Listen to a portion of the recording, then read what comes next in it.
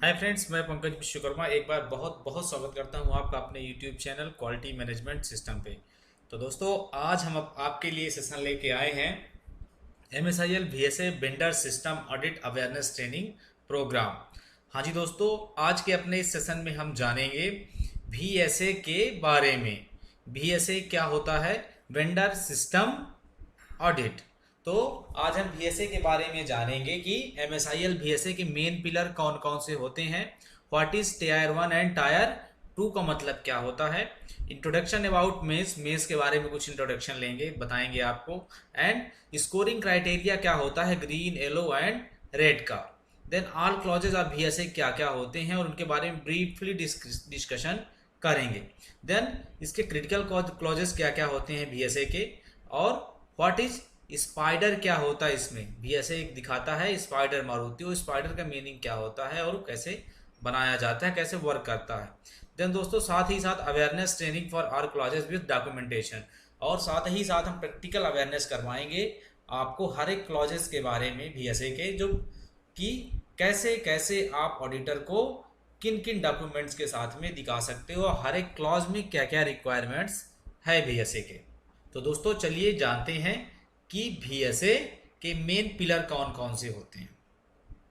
तो दोस्तों, VSA के यदि मेन पिलर्स के बारे में बात करें, सबसे पहले होता है fire and safety, then top management, HRIR, manufacturing feasibility, change management जो कि क्लॉज नंबर 3 है और ये हमारा क्रिटिकल क्लॉज है। देन है इसमें awarenesses, education and training, 5th number critical clause है। सप्लायर कंट्रोल क्रिटिकल क्लॉज है। हैंडलिंग एबनॉर्मेलिटीज ऑफ इनक्यूए, ये भी क्रिटिकल क्लॉज है। इक्विपमेंट मैनेजमेंट, ये भी क्रिटिकल क्लॉज है। ये तो दोस्तों, ये VSA के बेसिकली मेन पिलर माने जाते हैं। MSIL वेंडर सिस्टम ऑडिट जब भी हम कराते हैं तो ये उनके मेन पिलर होते हैं 9, जो कि क्लियर करना बहुत ही ज़्यादा ज़रूरी होता है। और जब भी MSIL VSA ऑडिट करता है तो इन क्लॉजेस पे उनका 100% फोकस रहता है। तो दोस्तों चलिए जानते हैं कि टायर 1 और टायर 2 क्या होता है। तो दोस्तों, MSIL में टायर 1 हम किसको कहेंगे? टायर 1 उसको कहेंगे, वो वेंडर या सप्लायर को टायर 1 कहेंगे MSIL का, जो कि MSIL को डायरेक्ट किसी भी पार्ट की सप्लाई करता हो, वो हो गया टायर 1। जैसे कि एक ये कोई सप्लायर है और ये MSIL को, मारुति को कोई पार्ट डायरेक्ट सप्लाई करता है, तो ये MSIL के लिए क्या हो गया? टायर 1 हो गया। और टायर 2 क्या होगा?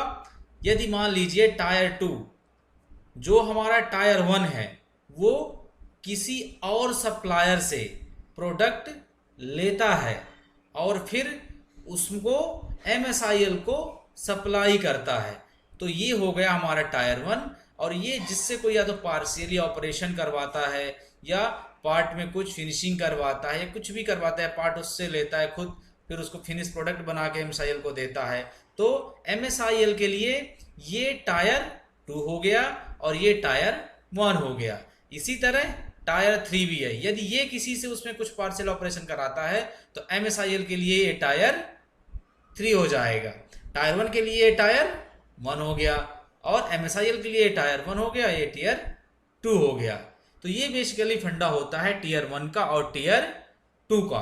तो आई थिंक कि अब कोई आपको कंफ्यूजन नहीं होगा कि टीयर 1 क्या होता है, टीयर 2 क्या होता है और टीयर 3 क्या होता है। ये बेसिक फंडा है जो आज मैंने आपको बताया, टीयर 1, टीयर 2, टीयर 3 का। तो बिल्कुल इसमें कंफ्यूज नहीं होना है। What is mess? मेस क्या है? तो दोस्तों, मेस क्या है? Maruti centre for excellence. दोस्तों, मेस एक संस्था है जो मारुति के द्वारा बनाई गई है और मारुति के लिए काम करती है। दोस्तों, मारुति ने मेस इसलिए बनाया है क्योंकि मारुति के पास इतने टीयर 1, टीयर 2 सप्लायर हो गए थे कि मारुति को उनको देख पाना और इम्प्रूवमेंट करवाना प्रोडक्शन के। तो दोस्तों, इसीलिए मारुति ने मेस नामक एक संस्था बनाई, जो कि मारुति के टीयर 1, टीयर 2, टीयर 3 जितने भी सप्लायर हैं उन पे इम्प्रूवमेंट करवाती है और उन पे मॉनिटरिंग करती है। साथ ही साथ उनको अवेयरनेस ट्रेनिंग प्रोग्राम्स भी टाइम टू टाइम प्रोवाइड करवाती है और यह इंश्योर करवाती है कि मारुति के जितने भी सप्लायर हैं वो ग्रीन कैटेगरी में रहें। और ग्रीन कैटेगरी में रहने के लिए उनको जो जो फैसिलिटी देनी होती है, जो जो ऑडिट्स करवानी होती है और जो जो ट्रेनिंग्स अवेयरनेस प्रोग्राम देने होते हैं, ये सारी चीज़ें मेस कंडक्ट करवाती है। तो मेस का बेसिक फंक्शन ये है मारुति के साथ में।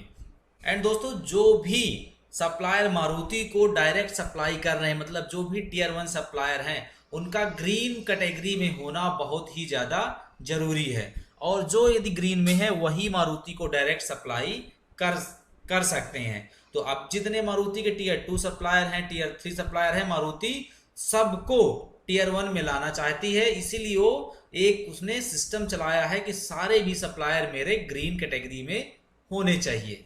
इसमें बेसिक जो फंक्शन है, चलिए जानते हैं कि स्कोरिंग का क्या क्राइटेरिया होता है। बीएसए की जब भी हम ऑडिट कराते हैं टियर 2 की, तो इसमें स्कोरिंग का क्या क्राइटेरिया है। बेसिकली दोस्तों इसमें क्या होता है, एक जीरो जैसे सर्कल, ट्रायंगल और क्रॉस होता है।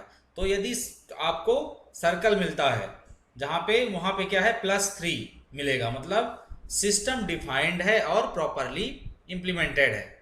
यदि आपको ट्रायंगल दिया जाता है कहीं पे या जीरो स्कोर रहेगा ट्रायंगल में, उसमें क्या है माइनर डिफिशियंसी है and either is system defined और इंप्लीमेंटेशन। तो इसमें क्या होता है, सिस्टम तो डिफाइंड है बट इंप्लीमेंटेशन नहीं है। इस केस में आपको जीरो दिया जाएगा। और यदि कोई ऐसा केस है, यदि क्रॉस लगता है, ये कि क्रॉस में मार्किंग क्या है -3, जहां मेजर डिफिशियंसी है आइदर इन सिस्टम डिफिनीशन और इम्प्लीमेंटेशन, या तो सिस्टम की डिफिनीशन सही नहीं, सिस्टम प्रॉपरली डिफाइंड नहीं है, या कि सिस्टम डिफाइंड है बट इम्प्लीमेंटेड नहीं है। तो इस केस में आपको -3 मिल सकता है। देन दोस्तों, यदि स्कोर लेस देन 50% है तो आप रेड कैटेगरी में रहेंगे, और यदि स्कोर आपका मोर देन 50% है बट किसी क्लॉज में, जो हमारे क्रिटिकल क्लॉज हैं, उसमें स्कोर लेस देन 50% है तो आप येलो कैटेगरी में रहेंगे। और ग्रीन कैटेगरी का क्राइटेरिया दोस्तों ये है कि आपको टोटल स्कोर मोर देन 50% होना चाहिए और सभी क्लॉजेज में आपका स्कोर, जितने भी क्रिटिकल क्लॉजेज हैं उसमें भी आपका मोर देन 50% स्कोर होना चाहिए, तभी आप ग्रीन कैटेगरी में जा सकते हैं। तो दोस्तों, ऑडिट कराने से पहले सबसे जरूरी है कि हम उसका स्कोरिंग का सिस्टम समझें और येलो, रेड, ग्रीन का क्या क्राइटेरिया है ये हम समझें। और जब हमें ये क्राइटेरिया पूरी तरह से समझ में आ जाए तब हम आगे बढ़ें। तो आई थिंक कि अभी आपको यहाँ पे क्राइटेरिया क्या है और स्कोरिंग का क्राइटेरिया क्या है एंड ग्रीन का, येलो का और रेड का क्राइटेरिया क्या है, आपको अच्छी तरह से समझ में आ गया होगा। तो दोस्तों चलिए बढ़ते हैं आगे और जानते हैं कि अब बीएसए एमएसआईएल के बीएसए वेंडर सिस्टम ऑडिट में कितने क्लॉजेस होते हैं और उसमें से कौन कौन से क्रिटिकल क्लॉजेस होते हैं जिन पे हमें बेहद फोकस रखना पड़ता है। जब भी ऑडिट होती है तो एमएसआईएल बीएसए जो है, मेस एमएसआईएल जो है, अपने क्रिटिकल क्लॉजेस पे, जो भी उसे क्रिटिकल क्लॉजेस हैं, बहुत ही ज्यादा फोकस होता है। दोस्तों आगे बढ़ने से पहले मैं एक चीज आपको बता देना चाहता हूं कि हमारे सेशन के बारे में हमने एक नया सिस्टम स्टार्ट किया है अभी क्वालिटी मैनेजमेंट सिस्टम ने, कि यदि आपको सेशन अच्छा लगता है तो आप सेशन के बारे में कोई भी वीडियो बना सकते हैं, नॉर्मल वीडियो हमें पोस्ट करें, और जैसे ही आप वीडियो हमें पोस्ट करेंगे तो हम अपने यूट्यूब चैनल में आपका वीडियो रिलीज करेंगे, अपलोड कर देंगे, ताकि सबको आपके व्यूज क्या है हमारे चैनल से रिलेटेड वो पता चलें।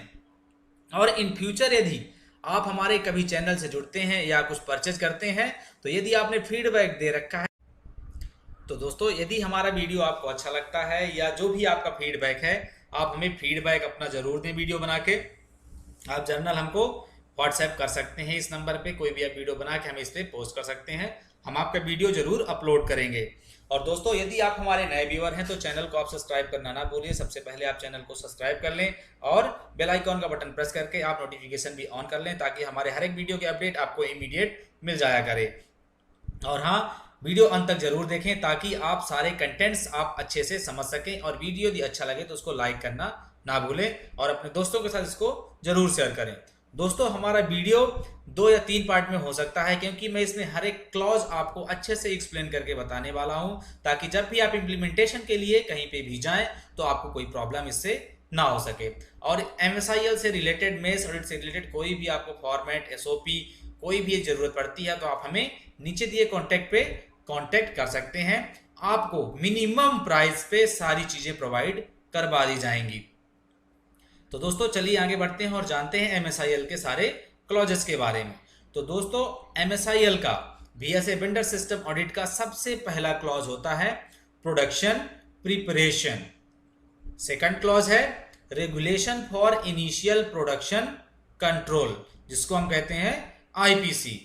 थर्ड क्लॉज है जो कि क्रिटिकल क्लॉज है, C change management critical clause as पर MSIL। फोर्थ क्लॉज है स्टैंडर्ड मैनेजमेंट। फिफ्थ क्लॉज है एजुकेशन एंड ट्रेनिंग, ये भी हमारा क्रिटिकल क्लॉज है।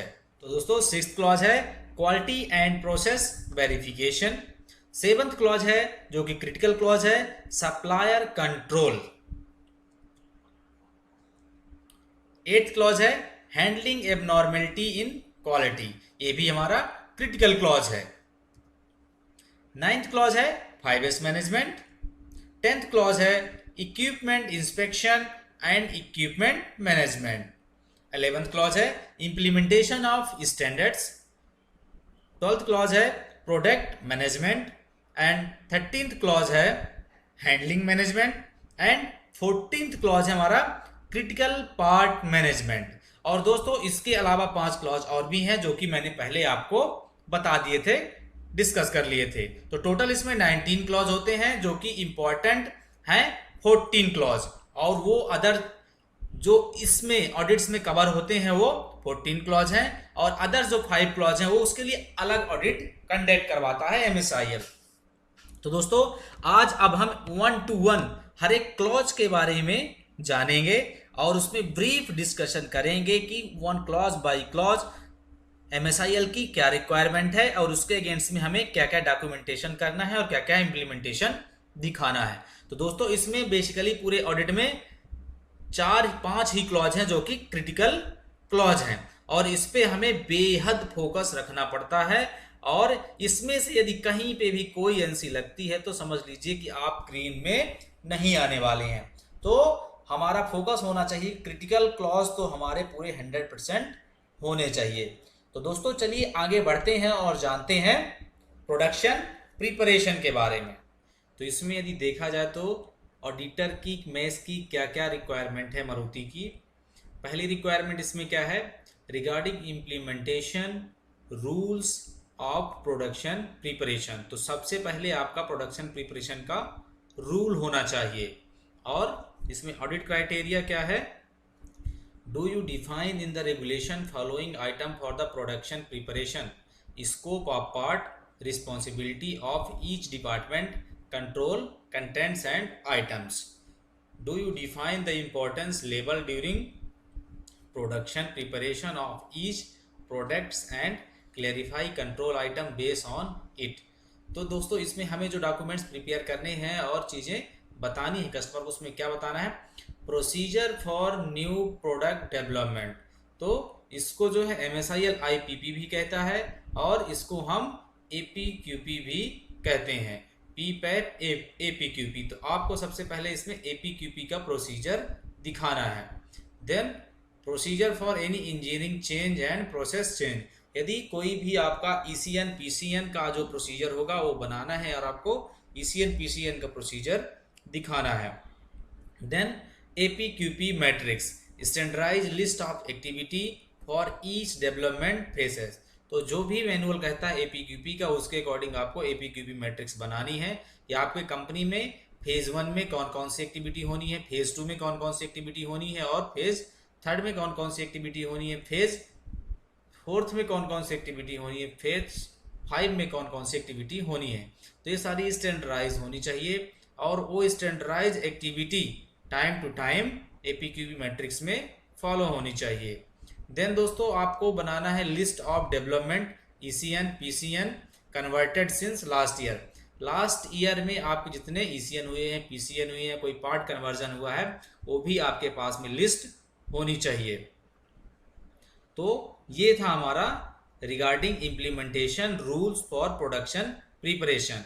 Regarding management implementation on by production preparation plan reports and masters.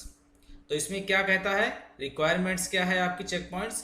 Do you implement follow up to control schedules and progress of production preparation items. Do you implement follow up control the schedule and progresses of the production preparation item. तो इन सब चीज़ों के लिए जो भी controls है उसके लिए आपका क्या फॉलो अप है, कैसे आप कंट्रोल करोगे चीज़ों को। तो उसके लिए हमें क्या चीज़ प्रिपेयर करनी है और क्या दिखानी है ऑडिट में। पहले क्या दिखाना है, टाइमिंग प्लान। एपीक्यूपी का जो टाइमिंग प्लान होता है वो दिखाना है।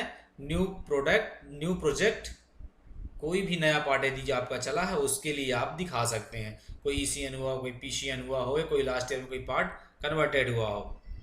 देन है submit the micro timing plan for any major critical activities as identified for the new product development. और आपको माइक्रो प्लान बनाना है एपीक्यूपी का और वो सबमिट करना है हर एक फेज के लिए। उसमें सारी चीज़ें कवर होनी चाहिए। कोई चाइल्ड पार्ट का डेवलपमेंट हुआ तो उसके लिए भी आपको बनाना है और सबमिट करना है। Evidences of minutes of meeting of CFT, और सीएफटी में जो भी डिस्कशन होते हैं, कुछ भी हुआ उसका आपको मिनट्स ऑफ मीटिंग बनाना है और मिनट्स ऑफ मीटिंग का एविडेंसेस आपको लगाने हैं उसमें। और आपके प्रोजेक्ट से मैनेजमेंट का आपको जो प्रोजेक्ट है, जो आपने प्रोजेक्ट डेवलप किया है, उससे रिगार्डिंग आपका जितने भी मैनेजमेंट रिव्यू हुए हैं उसकी जो भी कॉपी है, कोई एमओएम है, वो भी आपको वहाँ पे लगाना है। यदि कोई रिकॉर्ड आप बना रहे हैं, और रिकॉर्ड मैंडेटरी है बनाना, और रिकॉर्ड आपको शेयर करना है साथ में। साथ ही है दोस्तों defect prevention on the stages progresses design by FMEA matrix. तो इसमें आपको क्या इंश्योर करना है, पास ट्रबल डाटा। जब ये ऑडिट पॉइंट आपका आता है तो आपको सारा जो पास ट्रबल डाटा है, आपको पास ट्रबल डाटा की लिस्ट बनानी है, हिस्ट्री बनानी है, जो भी आपका पास्ट एक्सपीरियंस रहा है और जो भी आपकी लर्निंग रही है वो पास ट्रबल डाटा की आपके पास में लिस्ट होनी चाहिए, रिकॉर्डिंग होनी चाहिए। उसके अकॉर्डिंग आपको उसकी लर्निंग से डिप्लॉयमेंट भी दिखाना है कि ये हमारा पास ट्रबल डेटा था, इससे हमने लर्निंग ली और ये हमने अपनी प्रोसेस में इसका डिप्लॉयमेंट किया। साथ ही साथ आपको आपके पास एफएमईए बनाने का प्रोसीजर होना चाहिए। एफएमईए का रिव्यू कब कब करना है वो आपके पास में प्लान होना चाहिए। और कोई करंट रिव्यू एफएमईए होना चाहिए जो कि आप उसको कस्टमर को दिखा सको। एंड साथ ही साथ आप जो उसमें अकरेंस रेटिंग निकालते हैं उसका आपके पास में डेटा होना चाहिए। और कोशिश करें कि आप जो उसको एफएमईए दिखा रहे हैं वो आपके पास में लेटेस्ट रिवीजन का हो, वीडियो वर्जन का हो 6.3 का। साथ ही साथ दोस्तों आपको थिंग्स गॉन रॉन्ग्स और थिंग्स गॉन राइट का भी सीट बनानी है, एंट्री डाटा सीट बनानी है और आपको वो मॉनिटर करनी है और उसके अकॉर्डिंग आपको इम्प्लीमेंटेशन दिखाना है।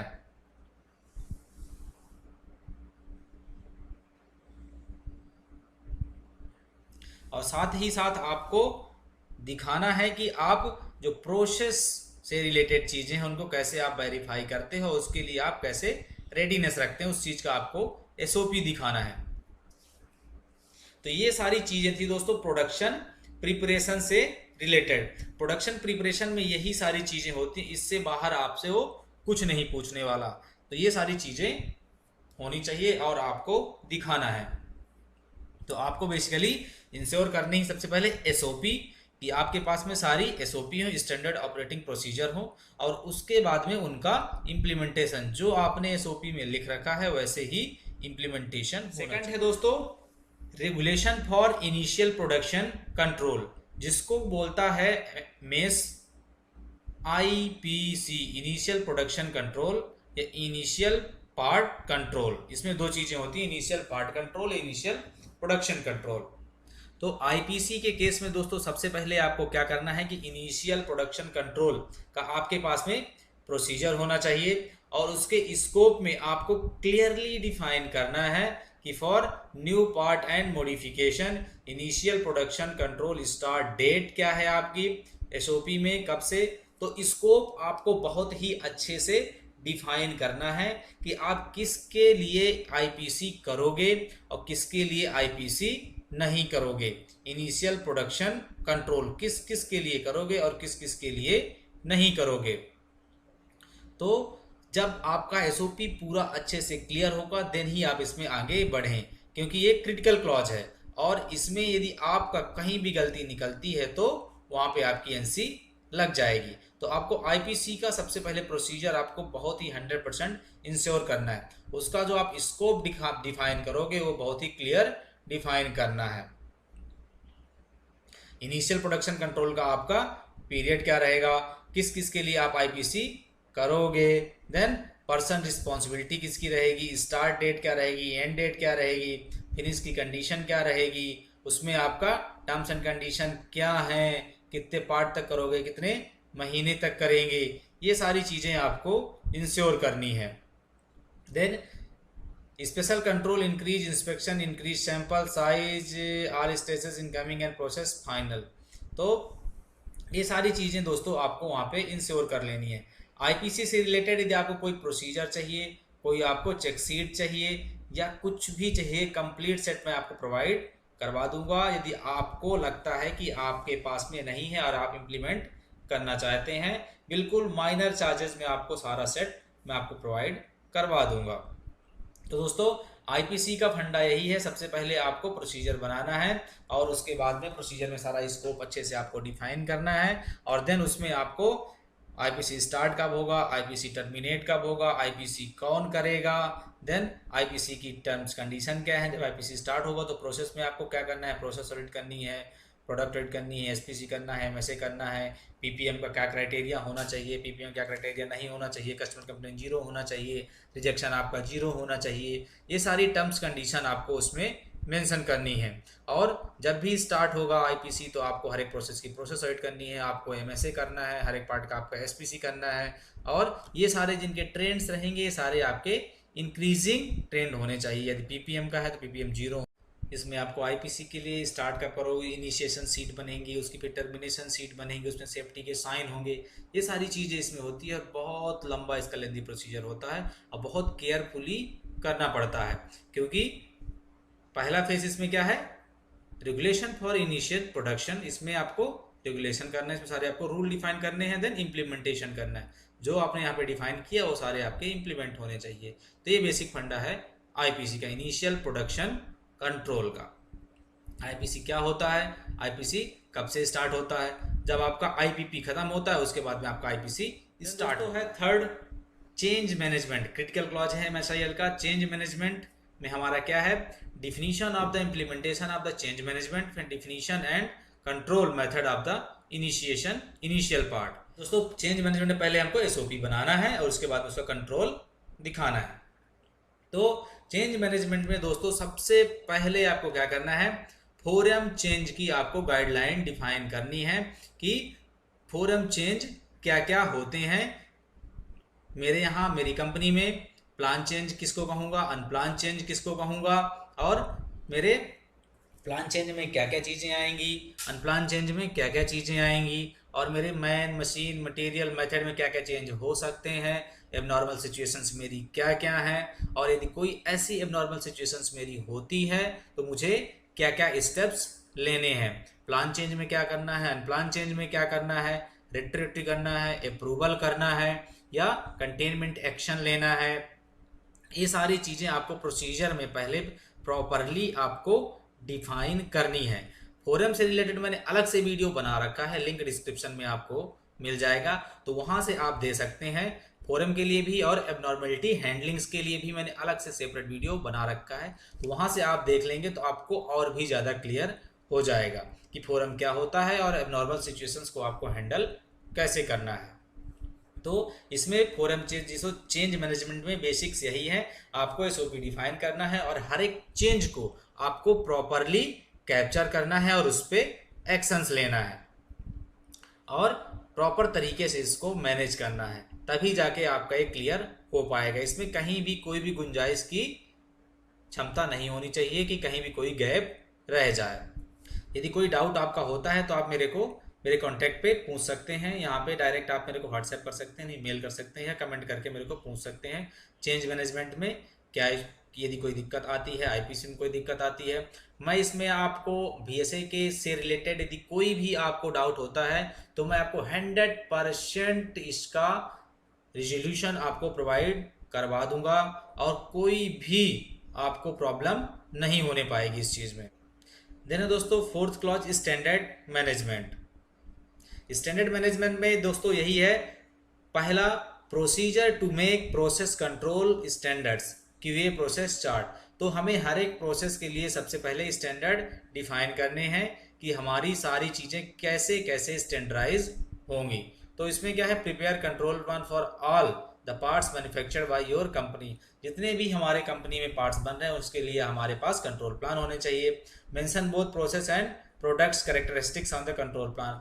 हमें अपने कंट्रोल प्लान में ही प्रोसेस के और प्रोडक्ट के दोनों कैरेक्टरिस्टिक्स जो हैं मेंशन करने हैं। Mention the following control plans: quality check, frequency and method, WI reference, boundary sample reference and pokayoke का reference in the control plan. तो कंट्रोल प्लान में हमें सारी चीज़ें डाल देनी है। WI क्या है, सैम्पलिंग प्लान क्या है, बाउंड्री सैंपल्स का रेफरेंस क्या है, और पोकायो का यदि कोई है तो वो भी हमें अपने कंट्रोल प्लान में डालना है। तो ये स्टैंडर्ड्स का बेसिक स्टैंडर्ड्स की रिक्वायरमेंट है क्लॉज नंबर 4 की। तो ये सारी चीज़ें आपको इंश्योर करनी क्लॉज नंबर 4 में। इसी में है दोस्तों साथ में procedure for document preparation, retention period होना चाहिए, ठीक है। Define clearly about department incharge कौन है, मेकिंग पर्सन चार्ज कौन सा है, पर्सन इन चार्जिंग अथॉरिटी कौन सी है, मेकिंग पीरियड क्या है, टाइमिंग क्या है, सबमिशन क्या है, डिस्कार्ड फ्रीक्वेंसी क्या है, रिटेंशन पीरियड क्या है। तो दोस्तों स्टैंडर्ड मैनेजमेंट में हमारा बेसिकली ये है कि हर एक जो डॉक्यूमेंट्स है प्रॉपरली डिफाइन होना चाहिए। उसमें prepared by, approved by, sign, revision date, document number और retention period, authorized and maker कौन है इसका, प्रोसेस ऑनर कौन है, ये सारी चीज़ें क्लियर उसमें डिफाइन होनी चाहिए।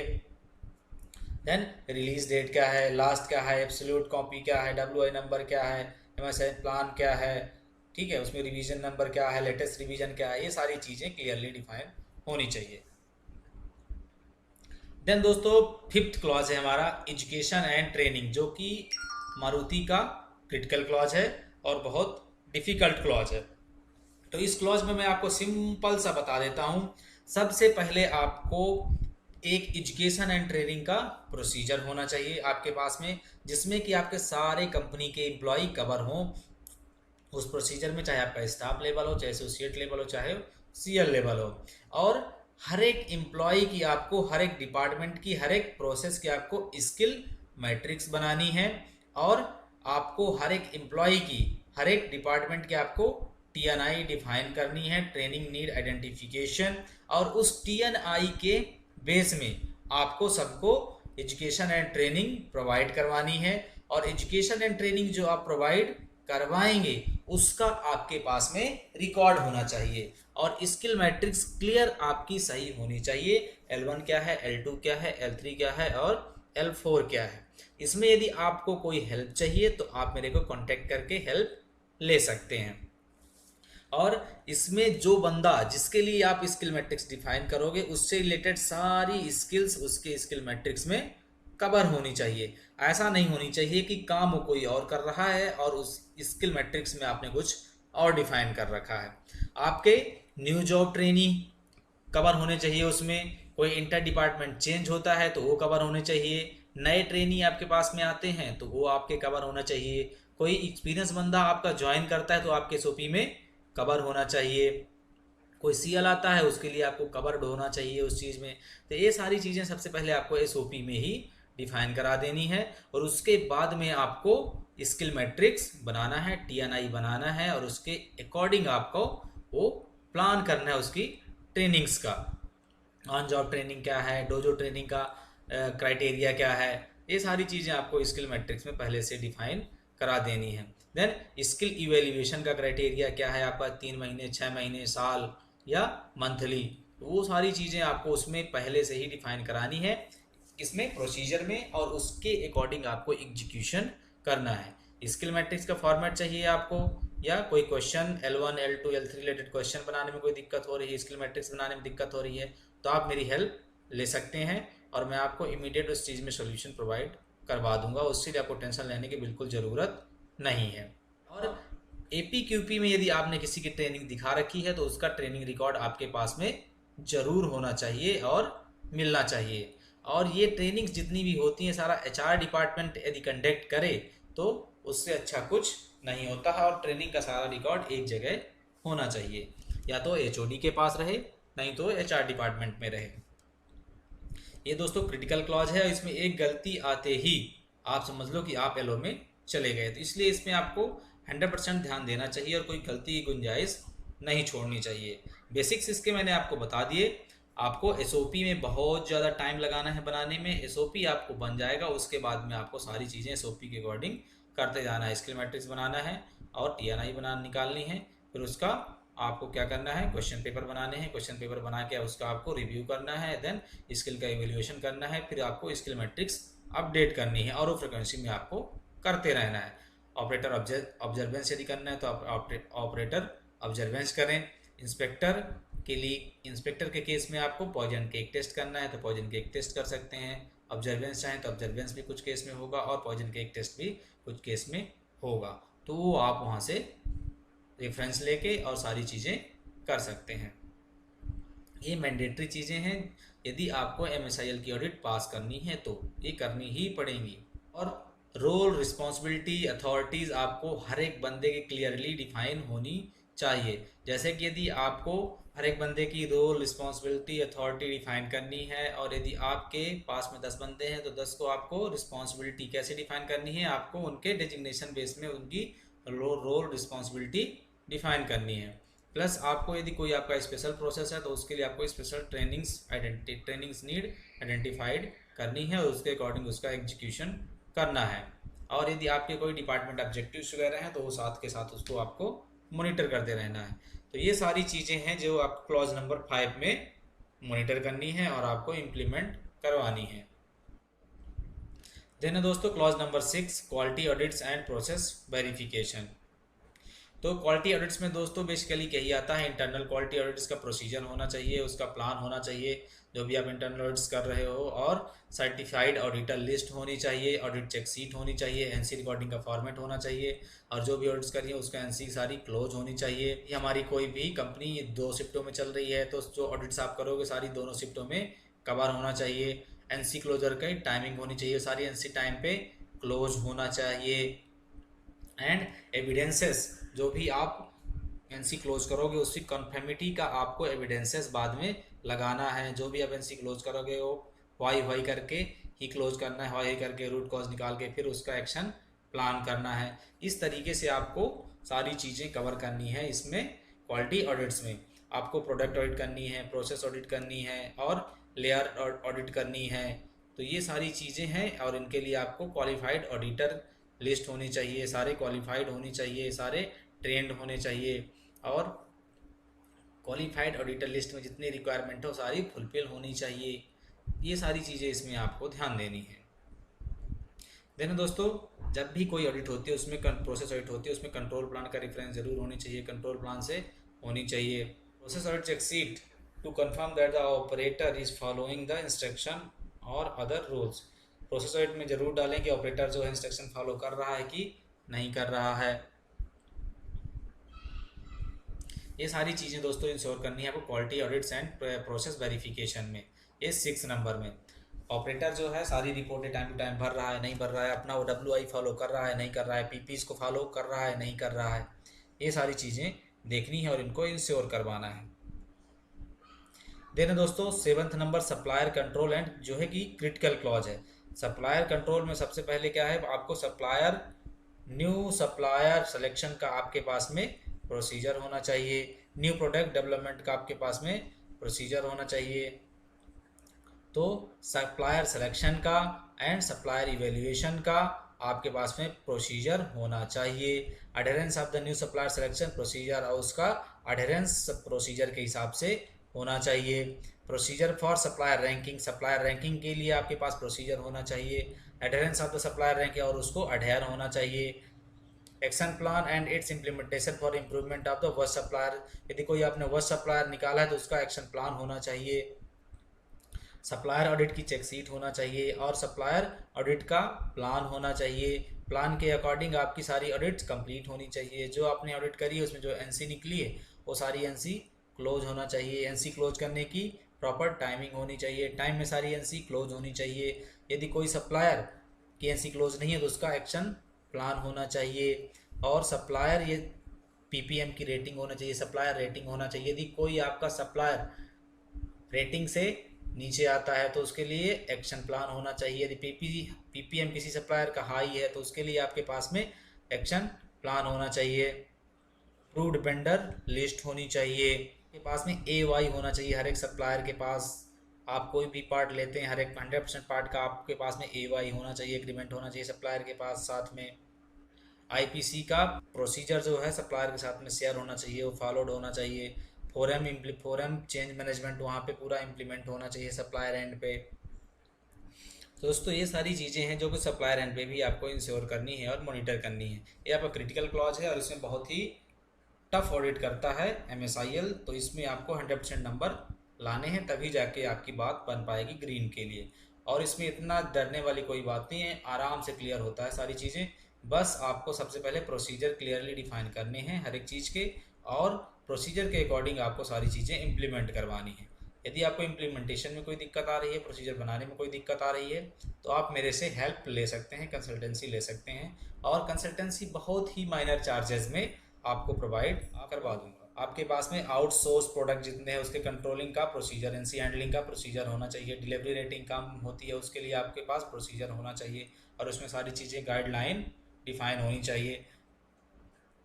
इनिशियल फ्लो मॉनिटरिंग का आपके पास में ECN PCN चेंज का प्रोसीजर होना चाहिए सप्लायर के लिए।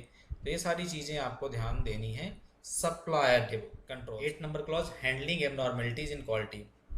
तो इसमें क्या है, आपको सबसे पहले लिस्ट ऑफ एबनॉर्मल सिचुएशंस आपको अक्रॉस द प्लांट आपको डिफाइन करनी है। एक लिस्ट बनानी है और आपको उसमें डिफाइन करना है कि पूरे प्लांट में आपकी क्या क्या एबनॉर्मल सिचुएशंस हो सकती हैं। देन फिर आपको दिखाना है प्रोसीजर फॉर कस्टमर कंप्लेन होना चाहिए कि कैसे हैंडल करोगे। प्रोसीजर फॉर सप्लायर क्लेम कोई होता है हैंडल करने का, वो होना चाहिए। Procedure for in house issues handle करने का वो प्रोसीजर होना चाहिए, उसकी एनालिसिस का क्राइटेरिया होना चाहिए। Summary of abnormal situation, supplier, in house and customer complain, ये तीनों की समरी बनाना है मंथली आपको। देन आपको इन हाउस रिजेक्शन का रिकॉर्ड रखना है, डेली बनाना है। परेटो एनालिसिस करना है आपको मंथली लास्ट मंथ का, और उसमें आपको टॉप 3 जो भी आए 80% में उसमें आपको PACR रेज करना है। तो ये सिस्टम कैसे बनता है, डेली आप रेडबिन करोगे, डेली रेडबिन से आपका टॉप 3 का मंथली रेडबिन एनालिसिस होगा, टॉप 3 का आपका परेटो बन जाएगा, उसे टॉप 3 में आप PACR रेज कर दोगे और उसमें एनालिसिस करके आप एक्शन ले पाओगे। तो एबनॉर्मलिटी हैंडलिंग के लिए मैंने अलग से सेशन बना रखा है, अलग से वीडियो बना रखा है, लिंक डिस्क्रिप्शन में, वहाँ पे आप जाके देख सकते हैं। सारी चीज़ें आपको बहुत अच्छे से वहाँ पे भी क्लियर हो जाएंगी। एबनॉर्मलिटी हैंडलिंग में कोई दिक्कत यदि आपको आती है एबनॉर्मल सिचुएशंस डिफाइन करने में, कैसे क्या होती हैं, कस्टमर कंप्लेंट का प्रोसीजर बनाने में, इन हाउस प्रोसीजर बनाने में, तो आप मेरी कंसल्टेंसी ले सकते हैं, गाइडलाइन ले सकते हैं। कंसल्टेंसी जो है बहुत ही माइनर चार्जेस में मैं अवेलेबल करवा दूंगा, इसके लिए आपको टेंशन लेने की बिल्कुल ज़रूरत नहीं है। और ये आपका क्रिटिकल क्लॉज है, इसमें आपको बहुत ज़्यादा ध्यान देने की जरूरत। 5S मैनेजमेंट, तो 5S तो आपको सबको पता है, 5S में हमें क्या करना है। Main 1S sorting, set in order, shine, standardization and sustain, ये 5 S हैं जो कि हमें मॉनिटर करने हैं अक्रॉस द प्लांट। तो इसमें कोई नई चीज़ नहीं है बताने की कि आपको 5S में क्या करना है। चलिए दोस्तों, इक्विपमेंट मैनेजमेंट, तो ये हमारा क्रिटिकल क्लॉज है MSIL का। इक्विपमेंट मैनेजमेंट में आपको क्या है, सबसे पहले कैलिब्रेशन की बात कर लेते हैं। तो सबसे पहले आपको कैलिब्रेशन का प्रोसीजर डिफाइन करना है और उसके बाद में आपको मेंटेनेंस, आपकी कंपनी में जितने इक्विपमेंट हैं उससे रिलेटेड आपको प्रोसीजर डिफाइन करना है। इसमें बेसिकली आपकी कैलिब्रेशन की ऑडिट होगी और आपकी मेंटेनेंस की ऑडिट होगी।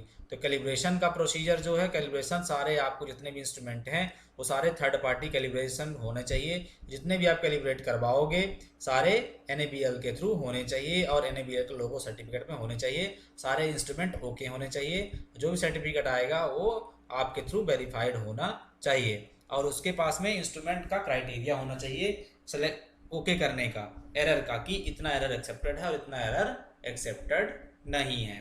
प्लस मेंटेनेंस में यदि हम बात करें तो आपको हर एक चीज़ का ब्रेकडाउन का क्राइटेरिया देना है, और MTR MTBF इन सब का क्राइटेरिया होना चाहिए, और इसमें मंथली एनालिसिस होना चाहिए, करोगे और कितने पे नहीं करोगे। यदि कोई टारगेट बिलो टारगेट जाता है, एबव टारगेट जाता है, तो उसके लिए आपके पास में एक्शन प्लान होना चाहिए। ये बेसिक इसमें ऑडिट होती है, और वो सारी चीज़ें आपको इंश्योर कर लेनी है।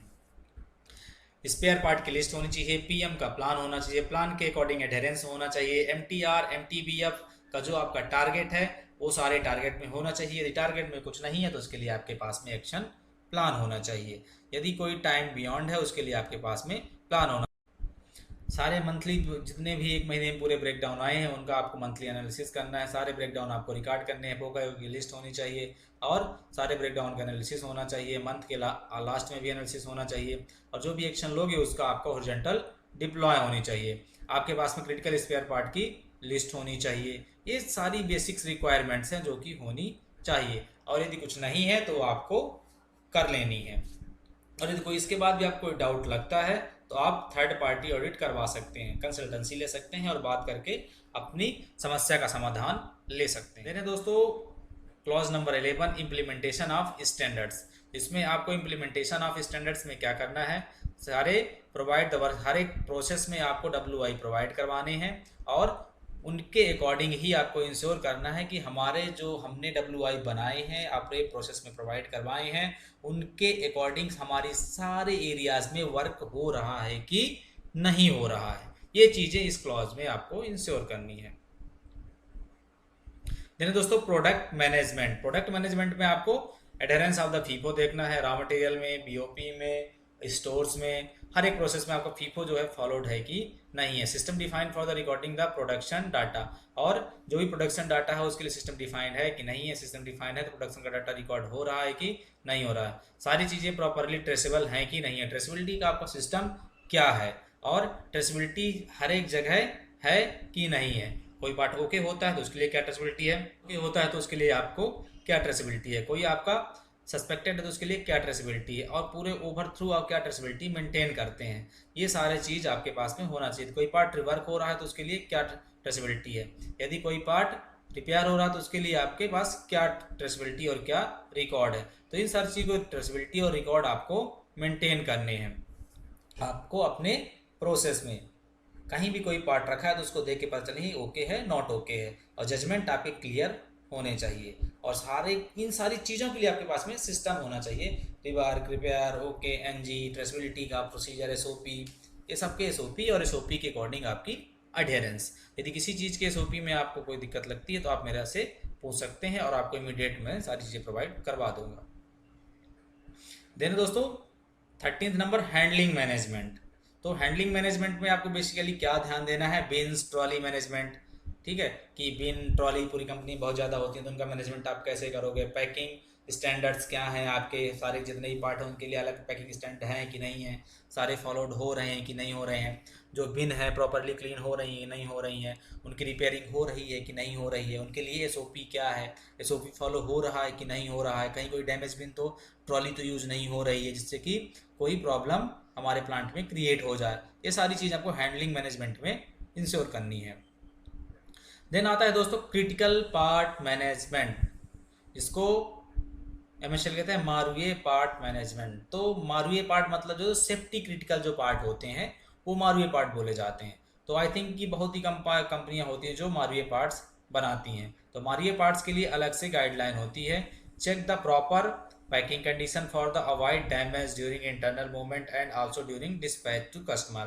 देन आइडेंटिफाइड मारुए check point should be available in the work instruction and process final inspection standards. मारुए पार्ट्स के लिए सारी चीज़ें स्पेशल होनी चाहिए।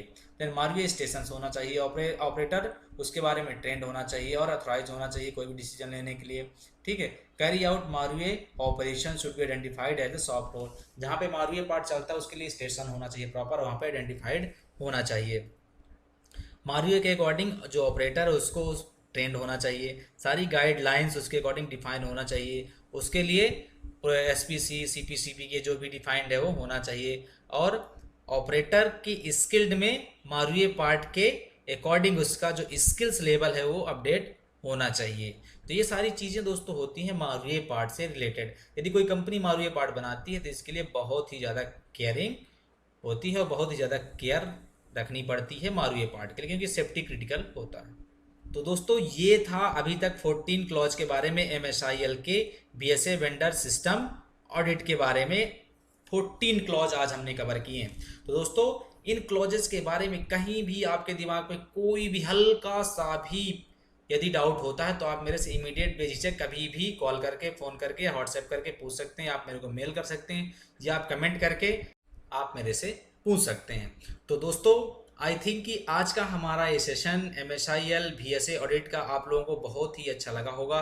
यदि आप लोगों को ये सेशन बेनिफिशियल लगता है, अच्छा लगा है, तो आप हमारे इस वीडियो को लाइक करना ना भूलें। और हाँ, यदि आप हमारे नए व्यूअर हैं तो हमारे चैनल को आप ज़रूर सब्सक्राइब कर लें, ताकि आने वाले हर एक वीडियो के अपडेट आपको इमीडिएट मिल जाए। और इसके बेल आइकन का बटन जरूर प्रेस कर लें ताकि नोटिफिकेशन इमीडिएट आपको मिल जाया करे। और हाँ, हमारे इस चैनल के बारे में, हमारे इस वीडियो के बारे में आपका क्या फीडबैक है, आप हमें वीडियो बना के शेयर करना ना भूलें। और जो भी वीडियो आप हमारे साथ शेयर करेंगे उसको हम इमीडिएट अपने चैनल में अपलोड करेंगे, ताकि सबको पता चले कि हमारे जो लर्निंग पार्टनर हैं उनका क्या व्यू है हमारे वीडियोज़ के बारे में, हमारे नॉलेज के बारे में, हमारे जो वीडियोज़ आते हैं वो कितने नॉलेजफुल होते हैं, और हमारा चैनल के बारे में, ताकि अदर लोग भी इसका यूज कर सकें और अपनी स्किल्स में ग्रोथ कर सकें। तो दोस्तों आई थिंक कि आज का सेशन आप लोगों के लिए बहुत ही बेनिफिशियल रहा होगा। और हाँ, मैं फिर से आप लोगों को बताना चाहूँगा कि MSIL की चेकशीट में कहीं भी आपको कोई दिक्कत होती है, इसके स्टैंडर्ड्स बनाने में, इसके ऑपरेटिंग में, इम्प्लीमेंटेशन में, SOPs बनाने में, फॉर्मेट्स में कहीं भी हल्का सा भी कोई प्रॉब्लम है तो आप मेरे से बेझिझक कभी भी कहीं भी कुछ भी पूछ सकते हैं। मैं आपको 100% गारंटी देता हूं कि आपको सोल्यूशन आपको 100% मिलेगा ही मिलेगा। तो आप कभी भी बेझिझक इसके बारे में पूछ सकते हैं और हेल्प ले सकते हैं। तो दोस्तों अभी तक हमारे साथ बने रहने के लिए आपका बहुत बहुत धन्यवाद। Thank you.